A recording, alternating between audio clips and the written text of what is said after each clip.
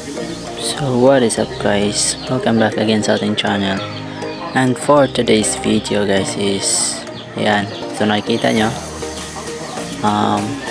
ito yung lahat ng mga manok ko na meron ako ngayon. So ayan, dito ulit ito yung isa lang ang paa, isa tong game fowl chicken or panabong. Ayan, pero di ako nagsasabong guys, binigay lang yan sa akin. So dito naman is ito na yung 3 weeks old na anak ng pumpkin nung naibenta. Ayan, malalaki na. Ayan, malulusog. Ayan, may nakaakyat.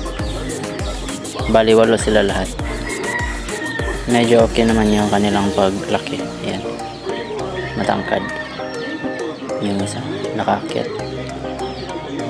Ayan, yan yung update sa pumpkin. And yan yung kanilang inahin or inahin ko. Ayan, so dito ito yung anak ng white kelso. Siyam na lang sila kasi nga nabawasan ng isa, namatay dahil sa sakit. Ayan, may 4 na white kelso and yung iba naman is pula. Ayan, and may 2 itim din. Magwa 1 month na rin sila. Ayan, dito naman ito yung bago nating alaga na Shamu. Doon po sila na strain. Ayan, wait lang. Ayan, matangkad na rin.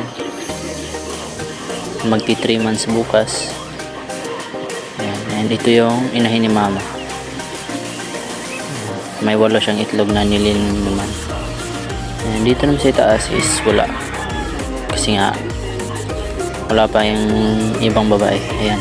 So ito naman yung itik or pato.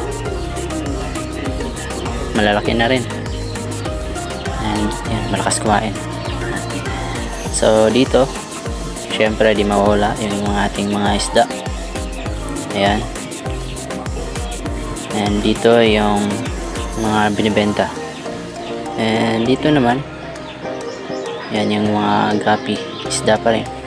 Wait lang. Ayan, and yan yung bago nating nabili nung nakaraang linggo ata. Ayan, isa silang giant na Shamu mix sa IG or Indio Gigante. Pare sila. And yung beadings nila is bagong kuha.